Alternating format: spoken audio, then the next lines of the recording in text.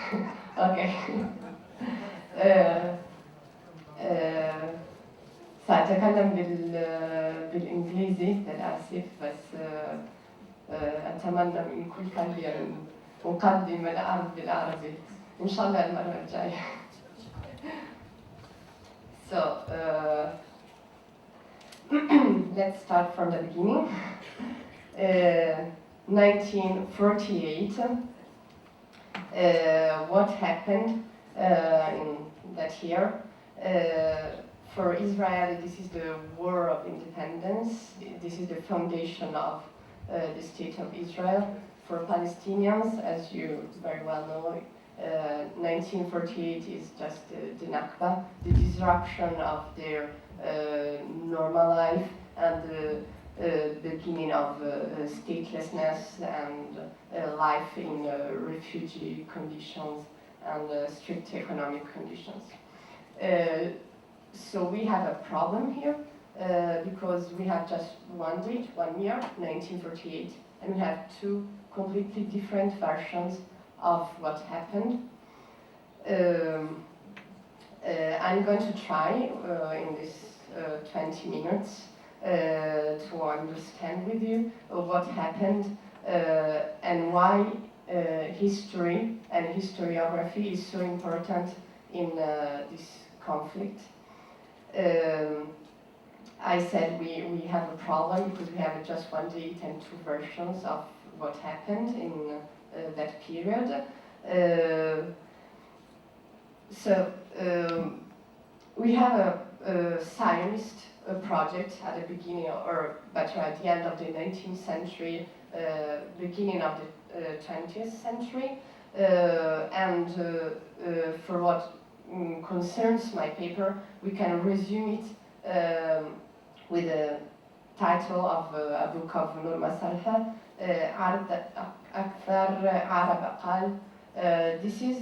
this is mainly the project, the Zionist project. I mean, getting as much land as possible with as few Palestinians on it as possible. The consequence, let's say, of this project is the physical destruction of Arab Palestine during 1948. But that's not all. We don't have just physical destruction. We have a story, a history that is told and that legitimates this destruction. The purpose of this paper is to analyze the Zionist violence in its historiographical dimension. The Israeli-Palestinian conflict is, of course, a multifaceted one, can be understood, as we have seen and as we'll see in following days, as a colonial conflict, contention for access to water, to land, religious debate, territorial argument. Each one of these elements must be, of course, studied and understood. As one side of the conflict, Zionism too can be studied in its political, demographic, or religious dimension. Yet my choice to focus on the historiographical expression of Zionism rests in my conviction that historiography is not only one more element in this conflict, but probably the key one, both for understanding the conflict and for finding a way out of it. In fact, the Palestinian-Israeli conflict must be understood as a topical case of competing narratives, in which two competing actors maintain two different versions of the events that led to the foundation of the State of Israel in 1948. Since the project of the foundation of a Jewish state in Palestine first came to life, the Zionist establishment undertook the task of rewriting the Arab-Palestine social, geographic, and historical reality. Zionists did this with the aim of creating, as I said, an exclusively Jewish Palestine, or at the very least, a Palestine inhabited with a large Jewish majority which in their claim was a necessary precondition for the foundation of a Jewish state. That was made clear thanks to the work of the Israeli new historians, as we'll see further. So the process of obliteration of Arab Palestine, as we said, was in the first place physical. More than 700,000 Arabs of Palestine were expelled, and probably more than 500 Arab villages were destroyed. But it was in a second place an historiographical fact, because history intervened to support and legitimize what was done on a military and physical level. So history is a particularly powerful component of nation building, as we've seen with our colleague Hassan, because in the nation building process, the past is glorified in order to legitimize the existence of the nation, as well as the political, civil, or cultural rights claimed by the nation itself. For example, the imagined community, as Benedict Anderson defines the nation, looks back to the past in order to legitimize its claims on a particular land. As Edward Rothberg, a scholar, says, history is the reservoir of resentment, the fount of blame. History legitimizes, history thus sanctifies. Harking back to full or fair deeds in an ancient time demonstrates the justness of today's cause and the perfidy of today's opponent.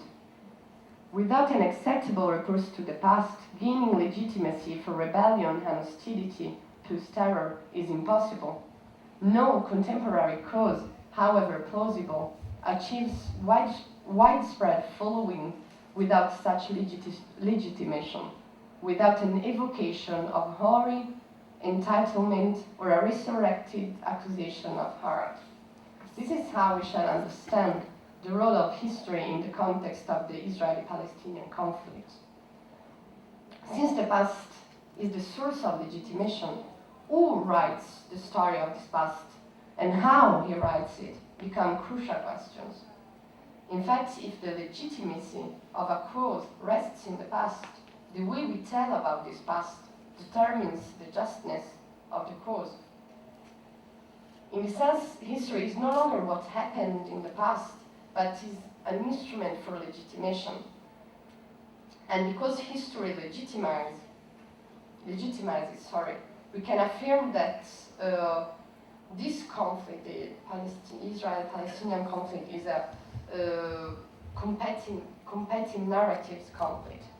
That means two different versions of the same story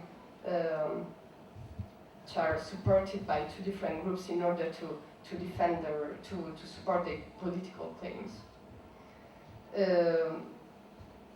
I'm trying to skip a little bit on what Hassan already told. The physical destruction of Arab Palestine and the historical, historiographical erasing of what Arab Palestine was is very well resumed in the well-known statement of Golda Meir: there is no such thing as a Palestinian people. This is the very way the Zionist historiography achieved its goal to completely erase the existence of a Palestinian people in Palestine well before the first Zionists arrived.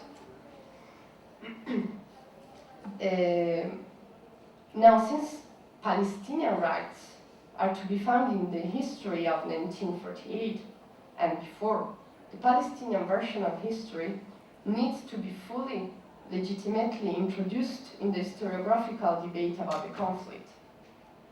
As the Israeli writer and peace activist Michel Warshawski writes, if Palestinians were ready to make a compromise about the respect of their rights, they will never be ready to accept a peace which means erasing with a row the responsibility for the historical injustice they have suffered. By no means reconciliation will be achievable without the acknowledgement of Israel, its leadership and its people, of the injustice committed in their name against the Palestinian people, and without a demand for forgiveness. Peace and reconciliation are not compatible with amnesia. Quite on the contrary, they require a re-evaluation of one's history, honestly looking on oneself in the mirror without any filters nor concessions. Only a honest and global demand for forgiveness for the past crimes can enable the creation of fundaments for real equality between those who committed the crimes and their victims.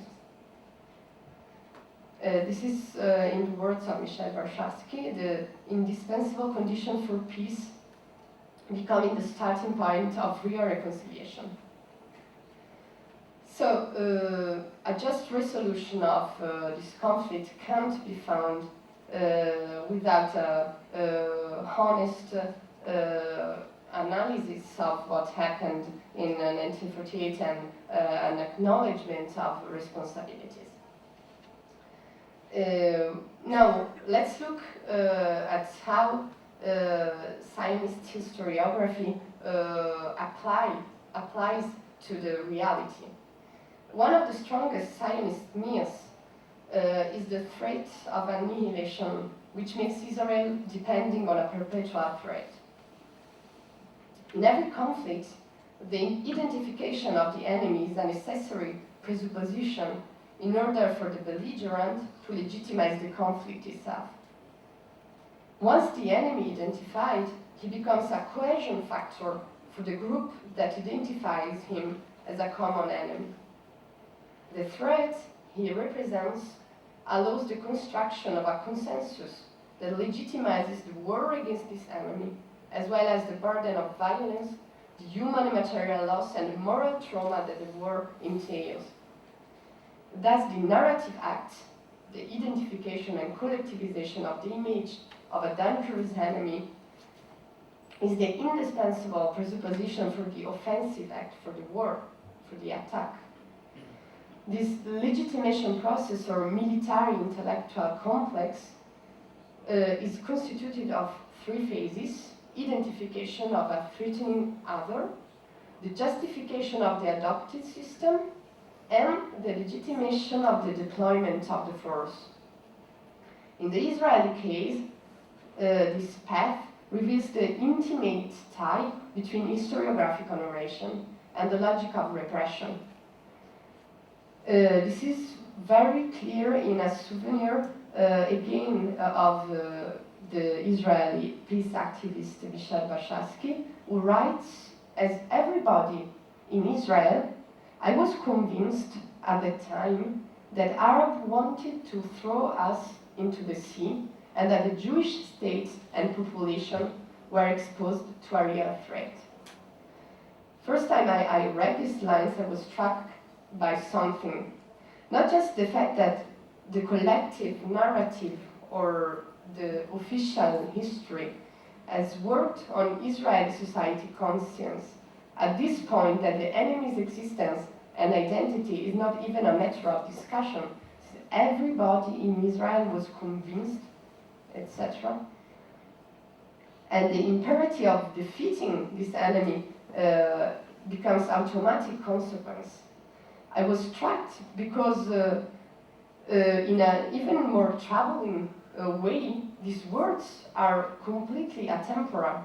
So extracted from their page, we cannot date them.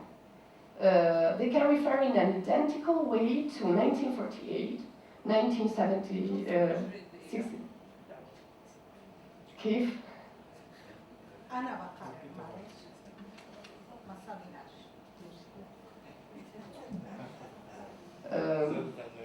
Okay, so these words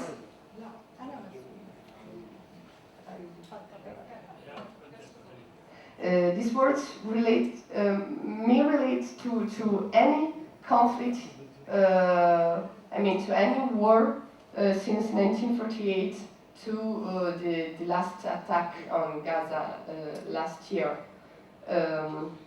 They contain the historiographical crystallized formula of an analysis they contain the historiographical formula of an always at disposal, always legitimating violence. Since the foundation struggle of the Jewish David against the Arab Goliath, Israeli official historiography has reproduced over and over an enemy, Egyptian, Lebanese, Iraqi, Iranian, or Palestinian, case by case, or threatens the existence of the State of Israel, making the recourse to force not only legitimate, but necessary for survival. So it seems like Israel needs to create an enemy to survive in a way, which is a paradox. In 1992, this is a very interesting point, former Prime Minister Yitzhak Rabin told Israelis at his inauguration as a president that the country, Prime Minister of course, that the country, that means Israel, was militarily powerful and neither friendless nor at risk. The Israelis should therefore stop thinking and acting like victims. But Prime Minister Benjamin Netanyahu gives a completely different message by saying the whole world is against Israel and Israelis are at risk of another Holocaust, a fear he invoked repeatedly during his address in September at the United Nations General Assembly in order to discredit Judge Richard Goldstone's Gaza fact-finding report. So the message of Netanyahu is unfortunately still a more comforting message for too many Israelis than the message of Rabin.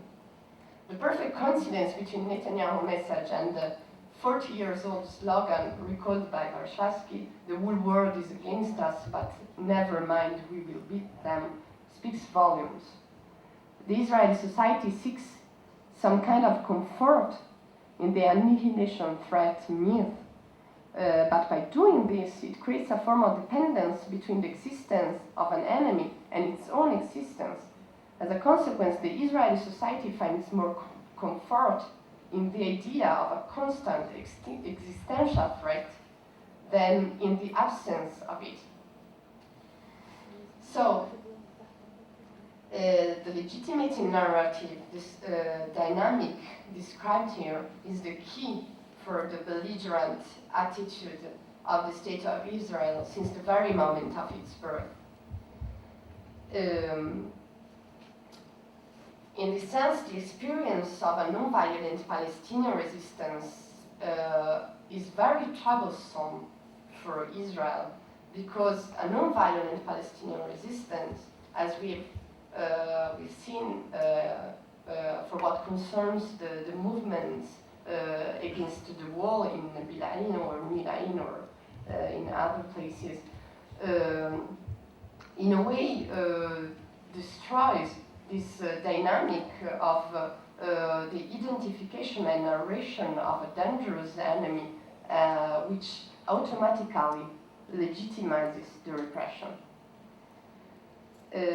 What is needed is to pass from competing narratives to bridging narratives, which is a concept supported by some Israeli and Palestinian, both of them peace activists or scholars like Ilan Pappe and Edward Said. Bridging narratives doesn't mean to reach, let's say, one version of the story of 1948. That means that, okay, we've got two versions of it. Let's acknowledge the version of the other. And this would be the very starting point for reconciliation. I think I can stop here if you. Thank you.